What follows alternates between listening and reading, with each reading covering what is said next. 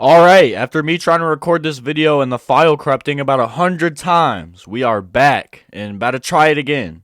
In this video, I'm about to just be giving my UFC slash MMA hot takes for y'all, and I also want to hear some of your guys in the comments as well. I'm going to be doing a future video where I just react to all of your guys' wrestling hot takes, so please let me know in the comments some of your guys'. I would love to hear them.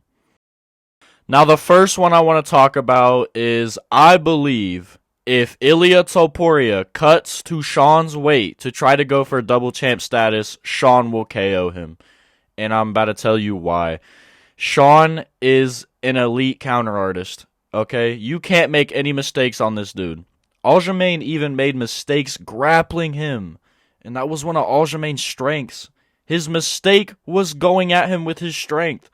Sean found counters in that fight so quickly, and it ended up to Aljo laying on the fucking floor asleep. Not literally, but, you know, Sean did get the TKO win. And if he cuts to Sean's weight, his chin is going to be way more fragile than it is now, and Sean's going to find it. So, Ilia, for the sake of your career and keeping your undefeated streak, do not test Sean O'Malley. Please. It would actually help you out in the long run more than you think. I know a lot of people like to underestimate Sean, and you're going to get that into these MMA fighters' heads, and it's not going to go well for them. And now, Ilia Topuria, you are an elite striker, but so is Sean. He's an elite counter artist. You can't go in there throwing haymakers at this kid thinking he's never seen that before, because he has many times. Ilia, you need to stay in your division and keep knocking off the fighters at your weight, because cutting, it's going to put you in a bad spot. And honestly, you might want to have to try to get Sean to come up to your weight. Then I think it's a for sure win for Ilia. I don't think if Sean goes up to Ilia, I think he'll lose.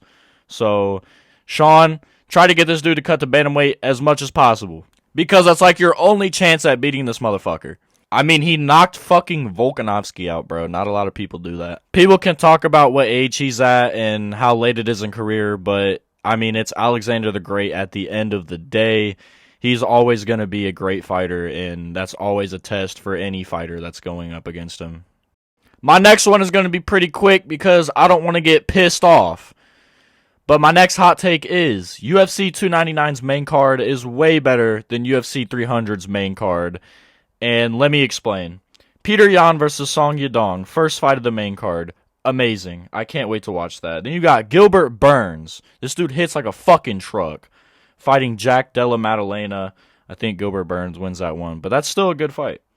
Then you got Michael Venom Page versus Kevin Holland. I've been waiting to see MVP's debut in the UFC for a while, and Dana couldn't have hit on this any more perfect, giving him Kevin Holland, because that's not an easy fight for anybody, but it's a good starter fight. And next, y'all know I hate fucking Dustin Poirier. Not going to talk about him, but, you know, he's a good fighter. Facing Benoit Saint Denis. I think this is a great fight. I can't wait to see Dustin laying on the fucking floor unconscious. And then y'all already know the main event. Sugar Sean versus Chito Vera. They got history. It's going to be a great fight. We actually get to see them both at 100% going at it. And I think Sean wins that one. Alright, I'm not going to go into detail of every fight on UFC 300's main card, because I've talked about it more times than I've probably talked to my girlfriend in our entire relationship. But we all know it's a fumble, huge fumble. Main event's not what we wanted. Co-main's not what we wanted. 299 is just better. We're obviously just talking about main cards. The prelims on 300 are better than 299s, but who the fuck cares? Next, I want to dig into Tom Aspinall versus Jon Jones. My hot take now is I believe Aspinall, as of right now, is beating Jon Jones as of right now. Jon Jones keeps getting fucking injured in camps. I honestly don't think we'll ever see him in an octagon again in the year of 2024. And once it gets to 2025, Jon Jones will kind of be too old. So, yeah, I think Aspinall, as of right now, if they fought right now, Aspinall beats him just like he did when he flatlined Sergey. But, Jon Jones, you have had an absolutely amazing UFC career, dude. There's no need to go ruin it fighting Aspinall, but you don't need to be holding this title over everyone's head. Just vacate it at this point. We know you're not going to fight. You're going to vacate it.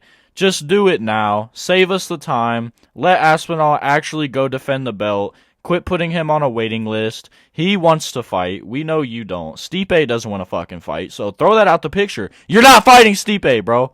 You're not. I'm sorry to tell you, you're not fighting him, bro. You're either fighting Aspinall or it's retirement, buddy. Next, I want to talk about Alexander Pantoja and why he gets so much fucking disrespect. This dude is a fucking savage. He destroys everyone at the flyweight division. I don't get why he is not talked about. I'm pretty sure he's like not even top 10 on the pound for pound fighting list when this dude doesn't fucking lose to anyone in the flyweight division. He's been beating up Marino and Royval for the past fucking 2 years. Like, can we see something different? I know there isn't a lot of fighters at the flyweight division, but bro, this dude beats everyone. Give him his fucking flowers. The disrespect is fucking crazy. Next hot take. This is what I believe the perfect UFC 300 main event would have been. You guys can pause, take a look at it. It's even got early prelims. This is what we should have gotten for UFC 300. Nothing else. Complete fucking super fights. This is UFC 300. The fucking number 300 represents fighting, bro. Like, Dana, how do you fuck this up? And next, for my hot takes, I think Murad Dvalishvili is going to be the next bantamweight champion. That's the hot take. I think he's the best bantamweight right now. I honestly think he's a better bantamweight than Sean. The only problem with this dude, he leaves his fucking head open. But if he doesn't do that, bantamweight champion, boom.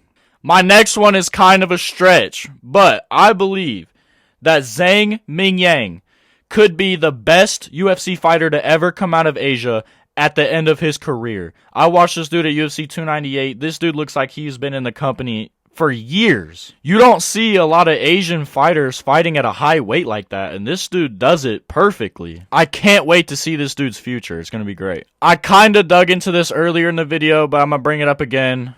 Alex Pereira should headline UFC 301 in Brazil. No one else. He's the perfect fighter for Brazil. He's the best fighter out of Brazil right now in the UFC.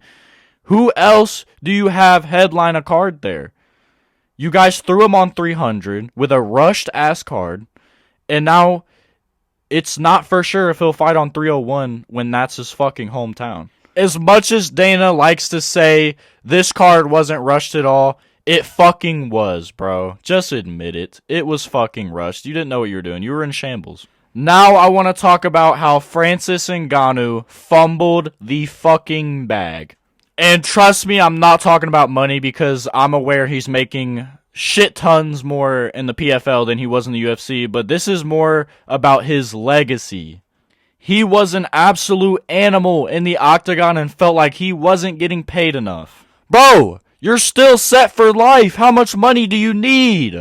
You can barely speak fluent English. How much money do you need?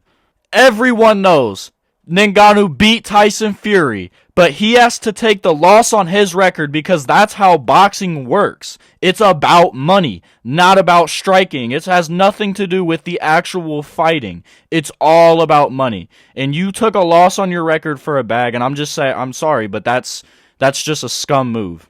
Considering you were already set for fucking life. Your family's family was set for life. I'm just sorry. That's a scum move, and your legacy is kinda ruined, bro. You fell off. Somebody really should have educated this dude about the sport of boxing before he hopped into it, because it's all about the money at the end of the day. But that's it for mine. I'm going to end it on an amazing picture of the greatest UFC fighter to ever grace an octagon. But let me know in the comments your guys' hot takes, and I want to do a future video reacting to them and giving my opinions on your guys' hot takes. But yeah, please comment.